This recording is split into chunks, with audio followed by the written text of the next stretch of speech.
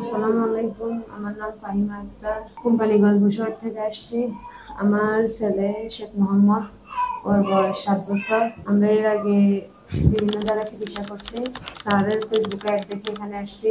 ইমাম হোসেন স্যার জীবন হসপিটাল আসার পরে এখন ওর আগের থেকে মাশাআল্লাহ মোটামুটি একটু ভালো আছে।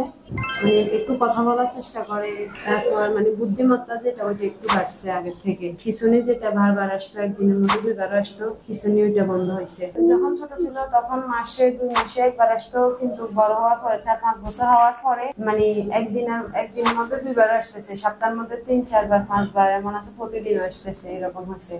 এখন আলহামদুলিল্লাহ খিঁচুনি নাই। আগে খিঁচুনি উঠতো 2 দিনে 1বার, 1 দিনে 2বার, এরকম উঠতো।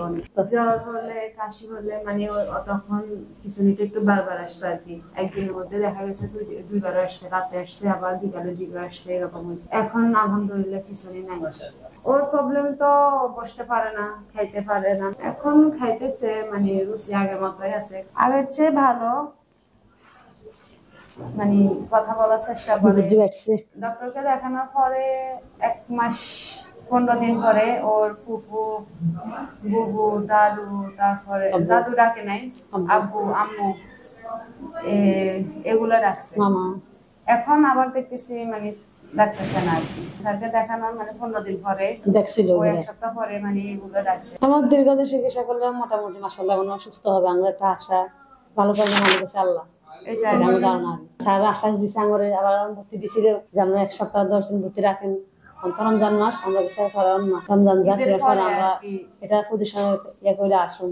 জি, প্রথম 2 মাস ওষুধ খাওয়ার জন্য একদম ব্যাকুল হয়ে যেত। মানে কি খুশি যখন দেখতেছে, মানে ওষুধ মিক্স করতেছি, এবার মানে নাচানাচি শুরু, মানে খুশি।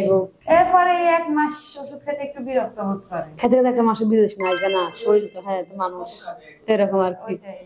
6 মাস বয়স, সব বাচ্চা তো 6 মাসে বসে, ও বসে না। মানে এরকম কোমরে একদম শক্ত করে রাখতো, জোর করে চাবি বসাইলে কান্না করতো, চিৎকার, মানে কান্না।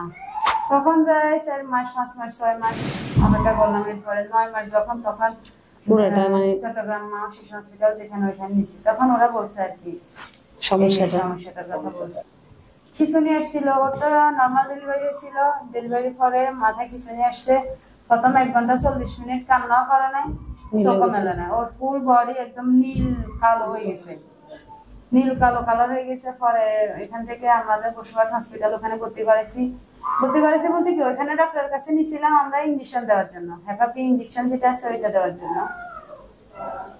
তো দেখি বুঝছে কত খিঁচুনি আসছে, এটা তো ইয়ে না, মানে এরকম ঝাঁকানি ইয়ে করতো, মানে এক পাশে শোয়া লাগতো, না হলে উপরে শোয়া লাগতো। ও মানে শীত হয়ে শুতে পারতো না। এখন ও শোয়াতে কি বসার ওঠার চেষ্টা করে? হ্যাঁ করে, অনেকটা চেষ্টা করে। একবার এমনি করে কি করে, মানে খাটের এই জায়গা থেকে ওই জায়গায় মানে ইয়ে করে চলে যায়, নিচে ইয়ে করে চলে যায়, এবং কি ওই ফাড়ে একদম নিচে দিকে, মানে খাটের এখানে থাকে কোমর আর নিচে থাকে পা। হ্যাঁ, নামে যায় সময় পড়িয়ে যায়, মাথা না আসে খুশি, মানে ও খাট থেকে নামতে পারলে খুশি না। আগে এরকম হয়তো 6 মাসে বছরে খাটের কাছে চলে আসছে। আলহামদুলিল্লাহ অনেক জায়গায় চিকিৎসা করে তো মানে অনেকটা হতাশ হয়ে গেছি, চিকিৎসা ছাড়ে দিছি। বলছি না, এই 4 বছর চিকিৎসা টোটাল করি নাই না, ঢাকা সিটাং এগুলো নেওয়ার পরে 4 বছর চিকিৎসা টোটাল বন্ধ রাখছি। আল্লাহ যদি রহমত করে আর কি সুস্থ করে, এটা সফল। এখানে ফেসবুকে অ্যাড দেখছিলাম, অ্যাড দেখার পরে ওর আন্টি একটা আমাদের লিংক পাঠাইছিল।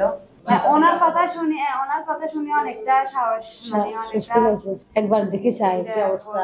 ইনশাআল্লাহ এবারে কষ্ট করে 4 বছর আগে যদি এই জায়গার ঠিকানা হয়, সবার উদ্দেশ্যে কথা একটাই, মানে স্যারের চিকিৎসা মোটামুটি ভালো আলহামদুলিল্লাহ। যতজনকে জিজ্ঞেস করছি বা আমি নিজে চিকিৎসা করছি, ভালো। তো চেষ্টা করতে ক্ষতি নাই।